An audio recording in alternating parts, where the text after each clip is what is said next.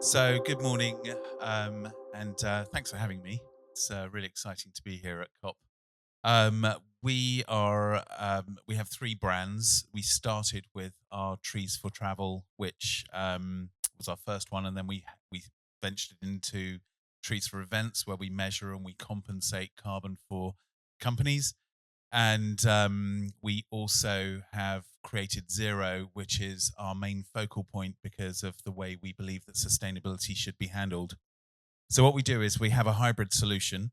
It's 50-50 between nature and renewable energy. So whenever we invest into both nature to support communities, and we invest into renewable energy because we recognize that the only way we're actually going to make anything really happen is if we decarbonize and we change the way that we're using our fuels. Through these two ways of working, we cover up to 15 of the 17 United Nations Sustainable Development Goals. And it's always about making everything more ethical, more responsible, and also regenerative. So the problem is basically that travel suggests that they've actually reduced 1% in the last 4 years. That is way off target. We should be absorbing up to 7% per year if we're going to hit our targets. So we're really just not doing enough at the moment. Aviation and shipping are the fastest growing sources of emissions. And by the looks of it, there's no sort of like, that's not going to change. It's going to continue to increase as you have Asia and Africa and India coming more online, more people flying, and as Adam just said, only 20% have actually set foot on a plane. And sustainable aviation fuel, or SAF, accounts for only 0.53% of aviation's fuel. So we've got a long way to go before we can fly and say that we're flying for green. The measuring and reporting is necessary to give us a sort of like basis to start from, but it doesn't actually achieve very much at all. It just gives us guidelines, and we need to be far more involved than just working on guidelines. We need to actually take action. We need to use this to actually base action and true development into actually decarbonisation. And we also think that this is a shared responsibility. We all share the planet, and so we should all share responsibility for looking after the planet. And we should work, both public and private sectors should work together to invest. And it's not just about sitting there and talking about it, it's about actual investing funds into projects that can actually really help us. So we are a tech company. This is where we started. We believe that technology should be free. We actually offer our technology to around 1,000 companies. And basically, we use free technology because if you don't have free technology and you're being asked to pay for your calculators, then your supply chain won't be using the same calculators as you. And to have something that we can call a standard, we need to keep that for free. And that's why we do that. So we are actually ISO 1483 compliant, and we're ISO 20121 compliant for our events side of our business. And we cover everything. We measure everything, but we've believed that it's most important to use this, and instead of investing into software, invest into actual action or into our climate. And that's what we ask people to do. So we give them all of the tools so they can do all of their reporting, monthly reporting, yearly reporting, whatever they require. And we do that all for free, and we ask them to just make climate contributions. So rather than spending money on technology, spend the money on action. And we cover the technology side of it. Now, we looked at what we were doing with carbon credits and all this sort of thing, and we decided that it's kind of like being done wrong because we're asking people to share responsibility for the environment, but we're not actually sharing the solution with them. So that's why we created ZEERO. And ZEERO is a way of looking at sustainability from a different perspective. And the perspective of that is that we all share ownership in the solutions as well as solving the problems. And that we feel is the most important thing, because that way we can all work together, collaborate, and deliver true solutions. So Zero is actually an industry collaboration.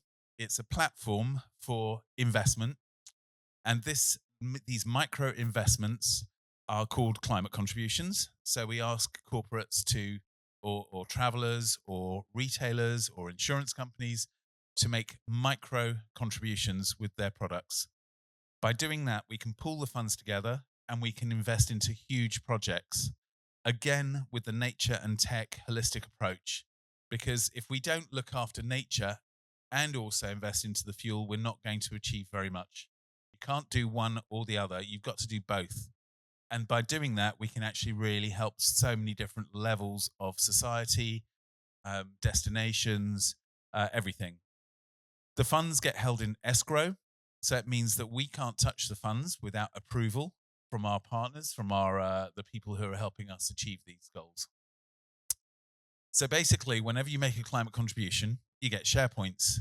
And those share points, once we actually get to a certain threshold, you can convert those into actual shares in the business, which means that this is an owned company by the world. The projects are then nominated by our partners, and then we can go and we fund one project at a time. So we go in and we complete one project. We don't go and do 50 projects and we give drip feed each one, so it takes forever to achieve anything. We do one, move on to the next. The technologies that we need to decarbonize our world exist. The biggest problem is how we're going to pay for them. And when we're expecting governments to pay for them, or we're expecting just the traveler to pay for them, or the airline, or whoever else, they just can't do it. Airlines have very, very low margins, and you need to have that collaborative approach, and you need to have that understanding. And the only way we feel that that can be achieved is by actually taking a commercial view of sustainability. And by taking a commercial view of sustainability, it means everybody can actually invest and own a product that is sold, so you can turn it into a profitable product. So our advisory board of industry leaders is made up of destinations, so tourist offices, travel companies, media companies, hotels, insurance, and scientists.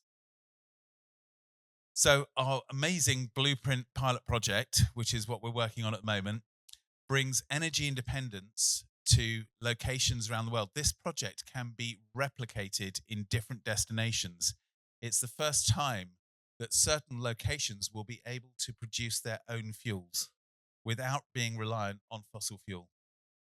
So it's a sustainable fuel production, but it also handles waste management.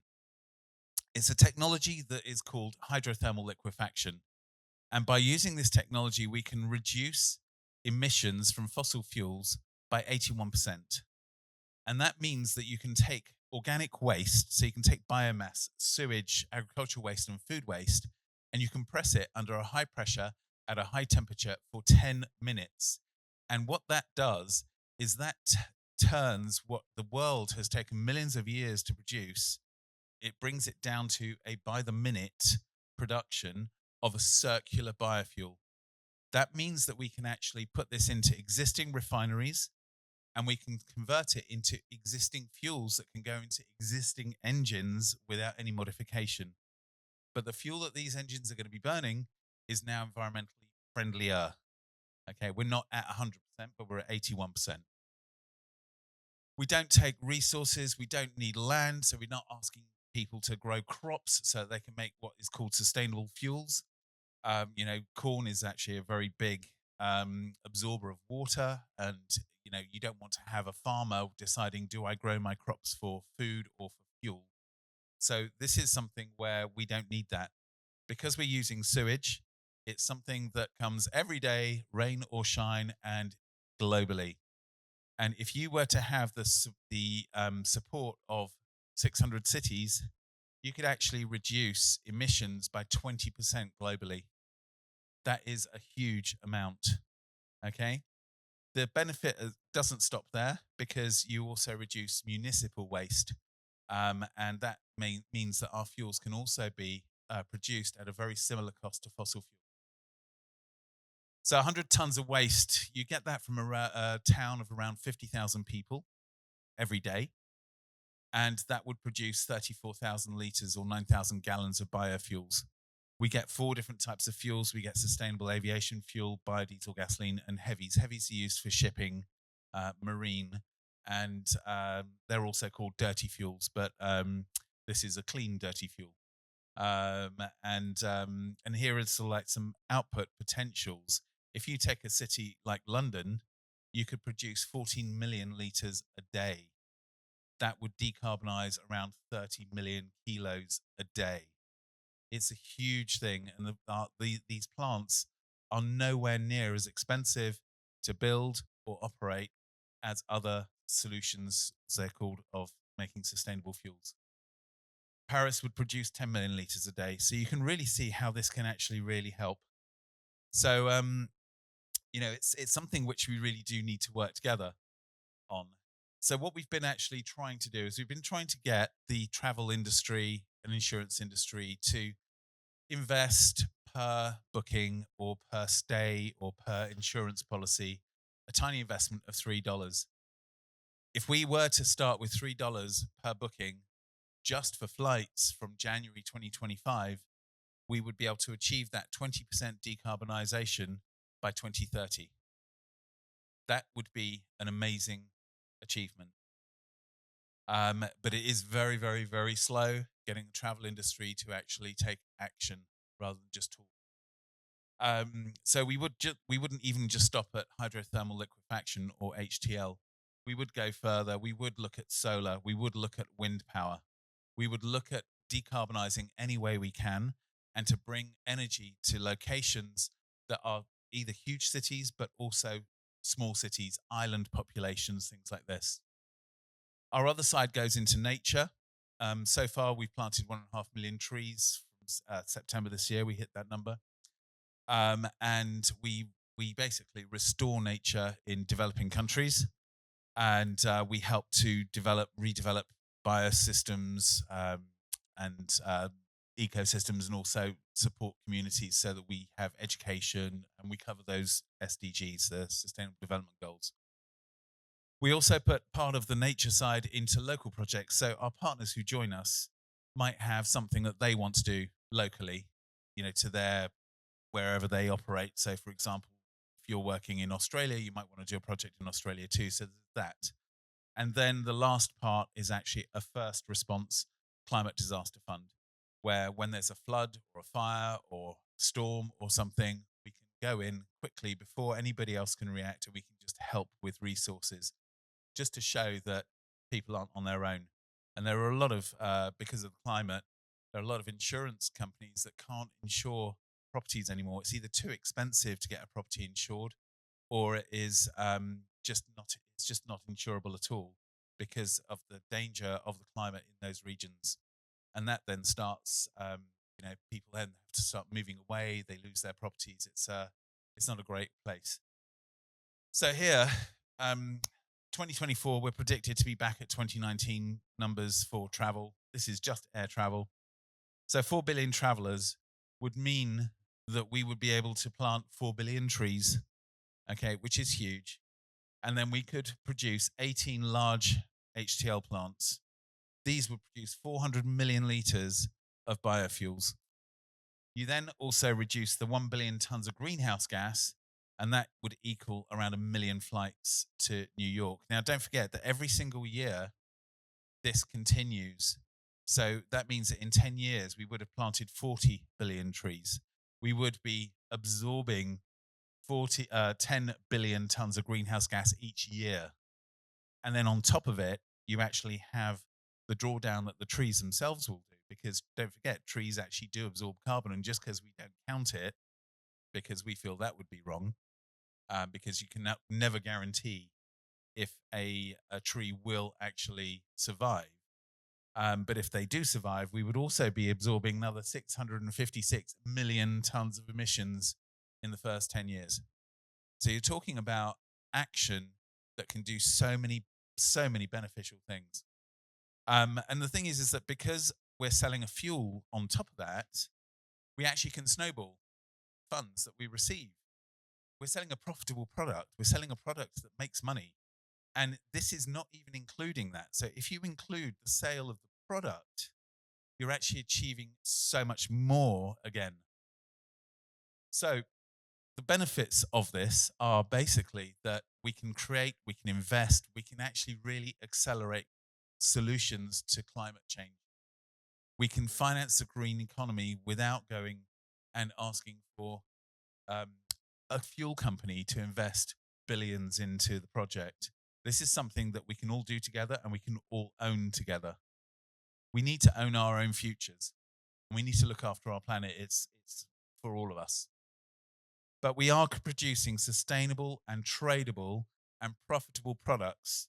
We can snowball that money into further projects. So this is making sustainability a commercially viable solution. If it can be commercially viable, it will survive and it will grow naturally. And it turns sustainability into a balance sheet asset. It's an actual asset on your balance sheet. It's something that will hold value. And that is something that we really recognize that a lot of big corporations and travel companies need. They need to show where they're putting their money. So this is a shared responsibility and it's a shared ownership of these solutions. Thank you.